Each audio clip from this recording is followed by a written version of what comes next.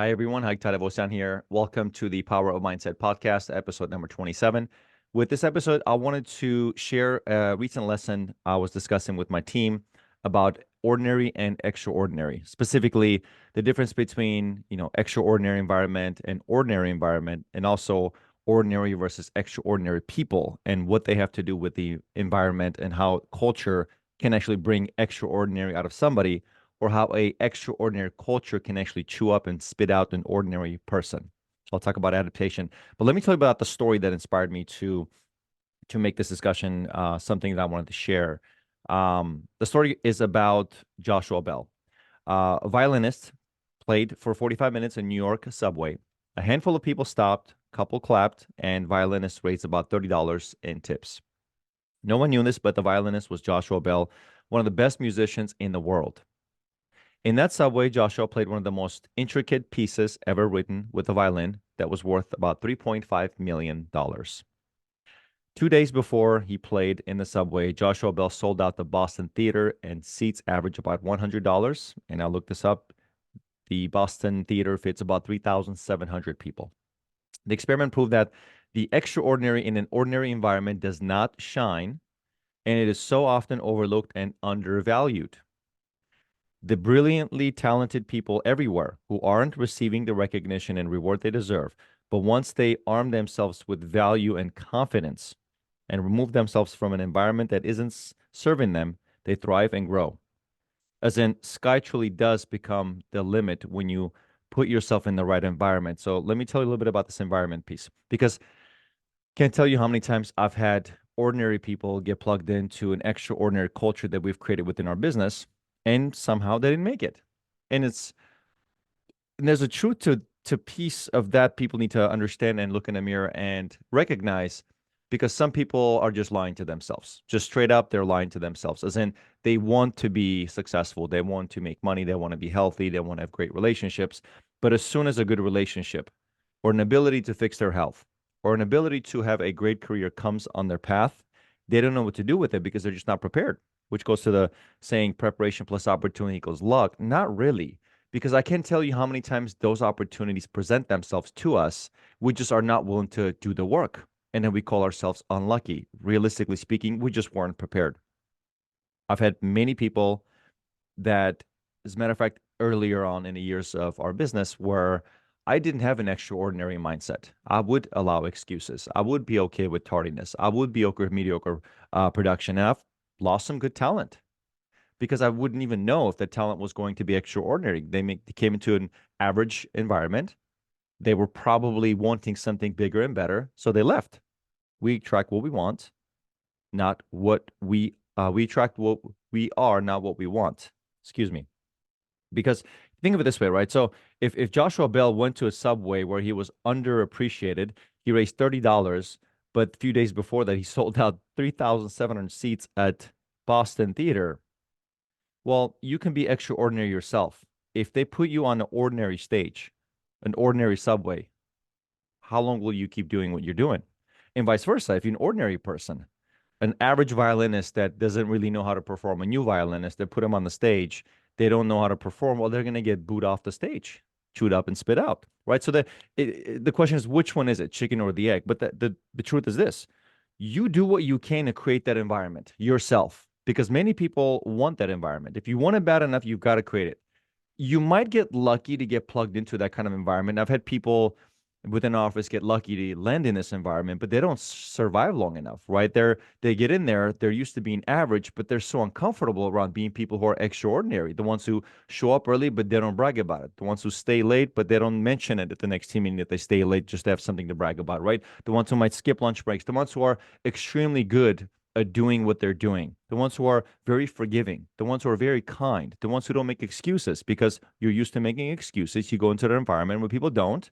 All you want to do is make excuses. You can't, you do. You get made fun of, you get put down, you get ignored. Oh, I don't like this place. I'm going to make up a reason why I don't belong here. Same goes with relationships of circles. We attract and keep the relationships that we're comfortable with. Same thing goes with jobs. Same thing goes with even fitness goals. You can't pretend like you want to be very healthy and fit. You meet a group of healthy and fit people and they're saying, let's wake up 5 a.m. on a Saturday to go do a 10-mile jog. You're not going to do that because you're not comfortable doing uncomfortable things the people that you want to be like are doing, because realistically, it's just a dream without the execution. So if you get lucky, this is two parts, right? If you get lucky and you get plugged into an extraordinary environment, consider yourself lucky, because if you don't adapt to that environment, you don't prepare, you don't work, you don't change, you don't adapt, you will call yourself unlucky because that environment will move on and you won't keep up. Which is why it's very difficult for people who don't belong in an extraordinary environment to be in an extraordinary environment. They just cannot survive. They cannot. Very few do. The ones who do, preparation plus opportunity equals luck. 3 to 5 years later, people look at you and say, you know what? Steve got lucky. He got that job. Steve got lucky. He got that circle of friends. Steve got lucky. He joined that gym and that changed his life. No, Steve probably adapted to that environment. That's luck. That is luck in that as well. But also, there's nothing lucky about the fact that they adapted to the environment, because it's not the strongest or the fastest that survive. It's the one that adapts to the quickest. So here's another one, talking to the masses, because a lot of people are very negative and complainful about the environment they're in right now, about the relationship they're in right now, about the health they have, about the job they have, about the money they make. Well, here's one, because I was that person for the longest time, and I was okay with blaming others and not taking responsibility and not taking ownership of the results in my life. And I'm going to make you an urge or a dare for 6 months. Because if you think about 6 months, it seems like a long time, but it's very quick, especially when you're committing to changing your life. It's a very, very short period of time. Like it or not, 6 months will go by no matter what you do with your life. You just have to breathe. Question is, are you being purposeful, or are you just letting the time happen to you? So here's a list of things I made, 12 to be exact, that you can do for 6 months. And it's not rocket science. Just be consistent, do it daily. And these 6 months changed my life completely. And I went from ordinary environment in my life when it comes to being okay with excuses, with skipping the workout, the cheat meal, not doing difficult things, making average money, having average people in my life, to everything changed as I committed to these things. And if I go back and look at it, I committed to these things for about 6 months. And then it turned into a habit, because people want to create habits within a week. No, it's going to take you months, 6 months at least. Might take another month after that, but give or take, this is what you need to be doing. Number one, make everything your fault. Everything. The reason why your relationship is not doing well, your fault. The reason why your health is not doing well, your fault. Who's eating the cookie? Who's skipping the workout? Who's pretending to work out? Who's pretending to, work hard? In reality, if you make everything your fault, not the fault of others, because we always blame, he told me, she told me. No, it's your fault. You shouldn't have listened. You should have done more research. Maybe you should have tested it, and instead of pointing fingers saying it's not working out because of what they told me, it's more like, what they told me doesn't work, so let me try something else. Okay, this works, so I'm just going to share what works. You're going to become the person who only talks about things that work. So from the side, you're going to seem like that person who makes everything work. Lucky. Number two, find a beast within you. As in, quit being a victim. Victims in the jungle get eaten. Right? So when we do not discover the beast within us, as in to hunt, not to be hunted, we often are just wet blankets and naggers and complainers. We might not make excuses, but we just so negative about everything, right? So when you are a victim, I promise you this, you're going to have a victim-like life. You're going to be hunted, not hunting. So find the beast within you. Become the hunter. Keep going after your goals. Don't complain. Don't nag. Don't be negative. Nobody wants to be around the nagger, unless they are naggers too. If you want to get rid of naggers in your life, well, quit nagging. They disappear and they go find other people who nag. They're comfortable around each other. They attract what they are, not what they want. Number three, throw yourself into pain. See, here's one. Everything when it comes to success formula goes back to pain tolerance. Can you outwork this person? Can you outrun that person? Because most people tend to get to level, let's say the one is, it's uncomfortable. 2, 3, okay, it hurts. 4, 5, 6, that really hurts. 7, 8, oh, the pain is unbearable. I quit. Winners never quit, quitters never win, but you are on step number 8. You just needed 2 more to make the relationship work, so there's no further bigger concerns, two more steps to make the business work before it closed down, two more steps, two more months of working out, two more whatever, two more miles to get to the finish line. People often quit 2 feet from goal. In reality, you are so close. You're 80 to 90% there. And many people, they get so into pain and they focus on the pain and thinking it's going to get so much worse. In reality, it might get a little bit worse, but the consequences of putting up with two to three to maybe one extra level of that pain, whatever you committed to, could be lifelong greatness, could be lifelong gratitude. Recently watched a triathlete talk about how they won the Ironman race. And one of the things they asked him about, the pain, like when you get to a point of quitting, and he's like, um, my body got tired, but I always remind myself, forget your tired body, right? Forget that pain. Think about what does that pain really mean? It just tells you how bad you want it. It's not necessarily about the pain, it's more about how bad do you want it. Because if you want to outdo most, well, where would most quit? Think about that for a second. Most would quit at 8. If I go to 9, I just beat a lot of people. And if I really want to get to the top percentile of anything in life, the thing that hurts, but it's rewarding, it's good to do, well, make that next step really count. Number 4, cut out your excuses. There's a lot of excuse-like things I talk about, but we do make a lot of excuses, right? Number one thing when I talked about everything, make everything your fault. Yeah, number 4 really connects to that because in many ways, I don't do it because of this, right? Specifically, I'll give you a business example. I've got several people who sit next to each other, as in doing the same task, working same kind of leads, talking to same kind of customers. They got same exact training, same culture within the office. Some do 2 to 3 times better, some don't. In significant pattern, when I look at numbers, people don't, numbers don't lie, people do. People that tend to do less, that make less money, have less things to brag about as far as achievements in life, are just full of more excuses. They're just full of more excuses, right? If you just remove excuses, you will do better when it comes to measurable production and overall in life. You will do better. Number 5, go all in on yourself. People are only half committed to themselves, but they want fully committed partners and fully committed friends and fully committed employers and coworkers, right? So if you're only 50% committed to yourself, why would you expect somebody to have 100% commitment? But I will only commit when I get these commitments, when I get the 100% committed job, when I get the 100% committed employer or employee. No, you're 100% committed, even to employers. If you're not 100% committed to your team, why would you expect your team to be 100% in?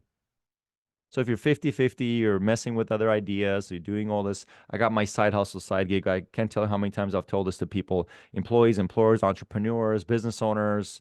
You name the people that are always flirting with some ideas outside in their head, but they're disappointed with why something that's like their main thing is not working out. Realistically speaking, be honest with yourself. Are you 100% committed? Because if you're not, you're going to have kind of sort of results because you're kind of sort of committed. Um, Number 6, train like a warrior. And I can't tell you how important this one is when sometimes I do catch myself. I'm like, why am I training so hard? Like yesterday, I went onto the trail where I'm prepping to run a marathon in a month. And it was 18 miles up and 18 miles back. On the way back, I had to hold 2 sets of 3 mile marathon pace with 1 mile recoveries in between workouts. And I remember by the time I got to my car, my legs were shot, tired, just drained. I'm sitting in my car and I'm feeling so good about that 30-minute drive back home.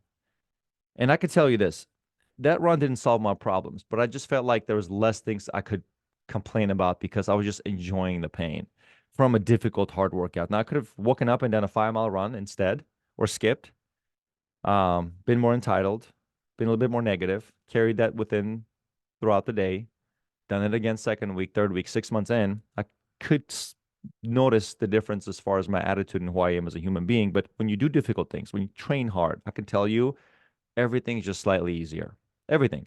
And when you compound interest everything, but that's slightly easier, 365 days a year, couple of years, you change who you are, right? So difficult working out isn't about, yes, it's nice to look certain way, but it's not about the six pack or about the looks. It's more about the mental health because working out is more mental than anything else. I can tell you this, when I train harder, the difficult things don't tend to be as difficult.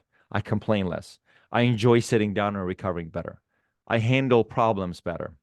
I'm better at responding to things better.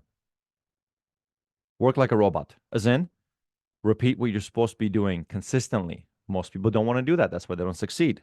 So you have to do the same thing over and over and over. Make your tweaks. But if you don't work like a robot and you only do the things that you feel like doing, and we all know human beings are very feelings based. So majority of people only work hard when they feel like it.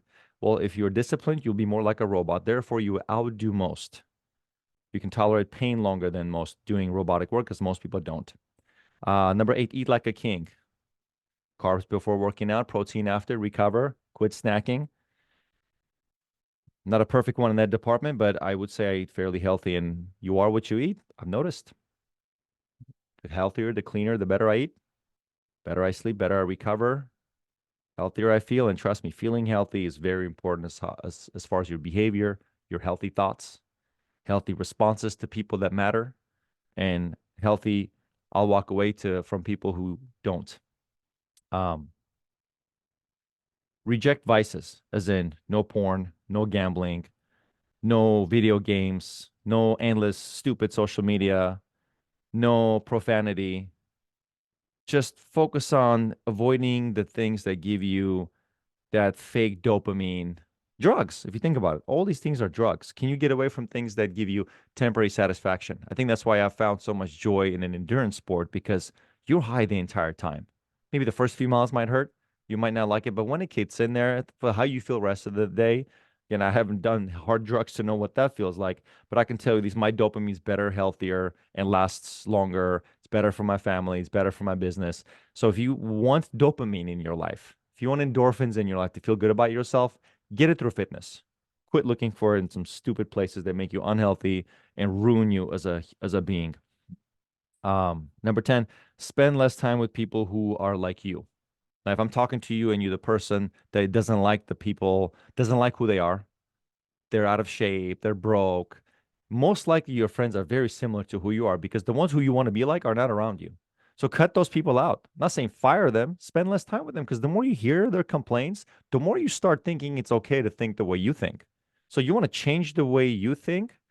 You can really help yourself by not interacting with people that think the way you're thinking. If you're unhappy with your thoughts, if you're unhappy with your results, most likely the next 3 to 4 people you spend the most time with are like you. Number 11, spend more time with people who you want to be like. Now, that's going to take effort, because it's effortless to be around people who are like you, but it's effortful to be around people who are not, because you don't really know them. You got to get to know them. They're usually busy. Find creative ways. When are you going for that run? When are you going for the jog? Hey, find what difficult things they're doing, add value to those, and trust me, they'll make time for you. They'll make time for you. I had 2 people that bailed out on me in the long run, so I ran alone. And not pointing fingers at anyone. They got it done no matter what. They're studs. But waking up at 4 a.m. on a on a Saturday is not something everybody wants to do, right? So reality, if you want to spend more time with people who you want to be more like, you have to put in the effort. You have to be uncomfortable. And the last but not least, I can make this list probably 1,000 items, but trying to keep it to 12. Why? Dozen. That's why. Maybe 12 months a year, or maybe work on 2 things a month for 6 months. Read books, guys. I can't tell you enough. Quit looking for that mentor. He's not gonna have time for you. She's not gonna have time for you. They're gonna be busy. People you look up to, admire, they're not available as you think. They come slowly, but again, sometimes they come and leave. You're unlucky. Well, you weren't prepared, right? So mentors don't have to be people you know. So quit looking for them. They could be the dead poet or a philosopher. They could be Machiavelli. It could be Seneca. It could be Marcus Aurelius. It could be Zig Ziglar. It could be authors on the other side of this planet, right? Read their books. Spend time with them. That's a better quality time spending with people you want to be like than actually interacting with them, because too many people thinking spending time with people you admire, look up to, is having fun with them over a drink or lunch or dinner. That's not the case. You can read their books, spend really good quality time with their highest and most valuable thoughts that they've put on paper and they've published, so you can read and spend time with them and start thinking more like them, because conditions never come before the mindset. You admire their condition, their houses, their cars, their money, but realistically speaking, you need to become like them, think like them, act like them to have the results in life that they have. Therefore, spend time reading their books. Find out who you look up to and who you admire. You might even use social media, find somebody you look up to. Many cases, they have a book out there. Read their book, spend time with their content. Shift your mindset. So when you have this mindset, the idea of fake it until you make it, right? You fake having the mindset of a billionaire, of a Olympic athlete who doesn't say no to tough things, who doesn't make excuses, who shows up no matter what. When alarm rings, they're up, right? You start thinking like those people think. Like it or not, you can't avoid but to have great results in life.